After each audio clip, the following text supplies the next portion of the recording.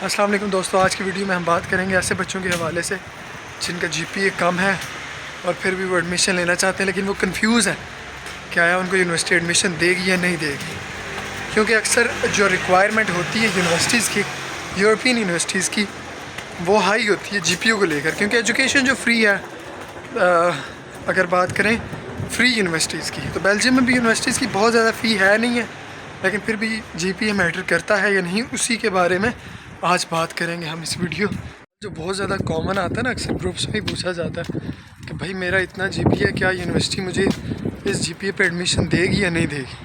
तो भाई ये हम वीडियो के शुरू में ही बात क्लियर करते चलें कि ये आपको कोई भी नहीं बता सकता कि आपका एडमिशन होगा या नहीं होगा, इवन दो आपका जीपीए 3.567 है। क्योंकि बहुत सारे ऐसे बच्चे हैं जिनका 3.5 प्लस जीपीए और उनको यूनिवर्सिटी ने रिजेक्ट कर दी है। बहुत सारी यूनिवर्सिटीज़ हैं, मतलब ना मैं सिर्फ बेल्जियम की नहीं, और भी यूनिवर्सिटीज़ की बात कर रहा हूँ, और कंट्री यूनिवर्सिटीज़ की भी।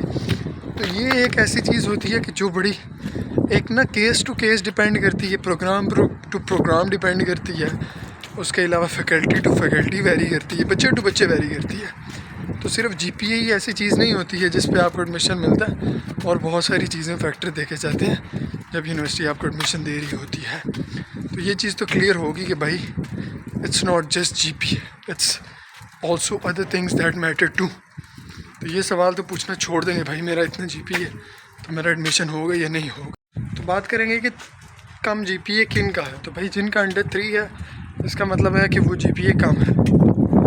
तो उसमें आपको एडमिशन लेने के लिए क्या चीज़ें चाहिए होती हैं। तो देखें, सबसे पहली बात है कि आप अपनी प्रोफाइल को स्ट्रॉन्ग कर सकते हैं मोटिवेशन लेटर से, और कुछ रिकमेंडेशन लेटर डाल के, और एक अच्छी सी यूरोपास पे सीवी बना के, जिसका ये होता है कि वो आपकी कुछ ना कुछ वेटेज कैरी कर लेती है आपकी एडमिशन के दौरान, और बहुत ज़्यादा मैटर करती है।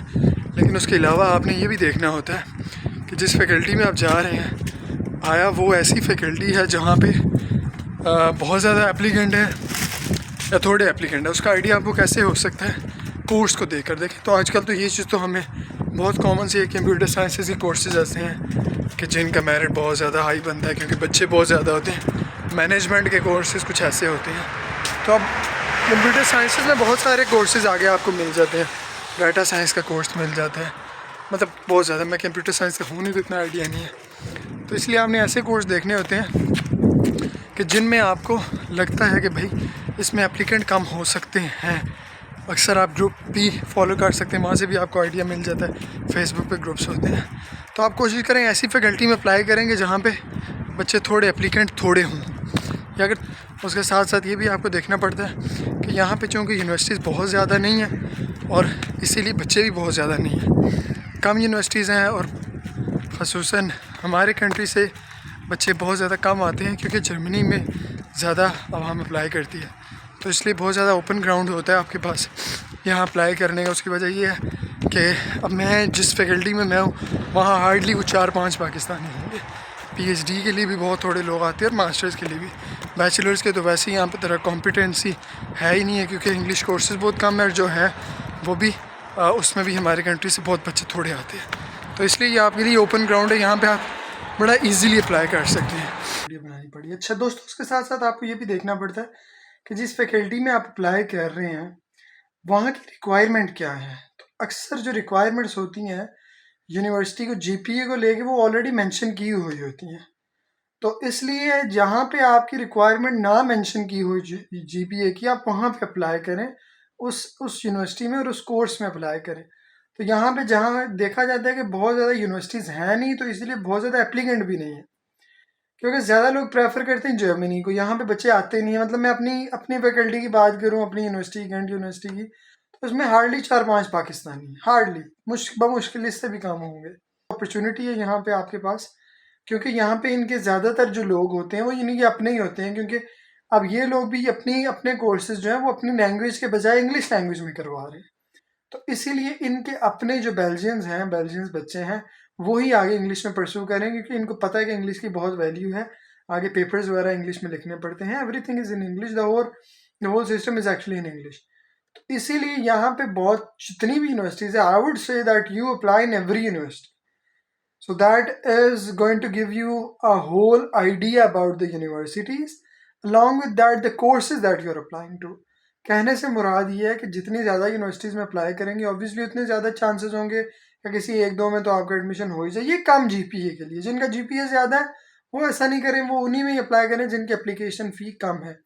क्योंकि यहाँ पे कुछ यूनिवर्सिटीज़ ऐसी हैं जहाँ पे 200 एप्लीकेशन भी फ़ी है। लेकिन मैं कहता हूँ कि आप इस 200 को मत देखें, आप अपने फ्यूचर को देखें। अभी 200 पे कर देंगे आगे तो आपकी एक यानी साल बच सकता है, पूरा साल बच सकता है आपका। क्योंकि यहाँ पे एक इनटेक होती है, तो एक दफ़ा रिजेक्शन आ गई तो बस फिर अगले साल ही आप अप्लाई करेंगे। तो वो उस 200 का ना देखें, और ये भी देखें कि उस यूनिवर्सिटी की फ़ी भी नहीं है आगे। तो जिन यूनिवर्सिटीज़ की एप्लीकेशन फ़ी ज़्यादा है वहाँ पे आपके लिए कम कम है, ट्यूशन फ़ी भी कम है। तो जितनी ज़्यादा एप्लीकेशन फ़ी है मतलब उतने बच्चे कम अप्लाई कर रहे हैं। तो आप ऐसी यूनिवर्सिटी को टारगेट करेंगे जहाँ पे एप्लीकेशन फ़ी ज़्यादा है और जहाँ पे ऑब्वियसली बच्चे कम अप्लाई करेंगे। फ्री यूनिवर्सिटी में तो सारे ही अप्लाई करते हैं, जिसने नहीं भी जाना होता वो भी अप्लाई कर देता है कि चलो हो गए तो ठीक है, नहीं हुआ तो खैर है। मतलब अक्सर बच्चे ऐसे करते हैं। तो इसलिए आप ऑलमोस्ट सारी यूनिवर्सिटीज़ की लिस्ट देखें, हर एक यूनिवर्सिटी में अप्लाई करें और जहाँ पे आपको लगता है कि यार ये कोर्स ऐसा है कि जिसमें मेरा इतना इंटरेस्ट नहीं भी है, वहाँ पे भी अप्लाई करते हैं। उसमें उसमें ये होता है कि मतलब एप्लीकेंट कम होते हैं। आप फिर यहाँ पे आके अपना सिंपली कोर्स चेंज कर सकते हैं, अपनी मर्ज़ी की फील्ड में जा सकते हैं और ये कोई इतना बड़ी प्रॉब्लम वाला केस नहीं होता। महीने के अंदर अंदर आपने एप्लीकेशन डालनी होती है और आप अपनी मर्ज़ी के कोर्स में चले जाते हैं। इसलिए आपको इतनी परेशानी वाली बात नहीं है कि जीपीए कम है तो एडमिशन नहीं होगी, बस अप्लाई कर दें आप। मैं ये कहूँगा जितनी यूनिवर्सिटीज़ में हो सकता है आप अप्लाई कर दें, इंशाल्लाह आपका एडमिशन होगा और आप आ सकते हैं। बहुत सारे बच्चे हैं जिनका 2.2 3 4 5, बहुत सारे लोग ऐसे होते हैं जिनका इतना जीपीए और वो भी यहाँ पे आ जाते हैं।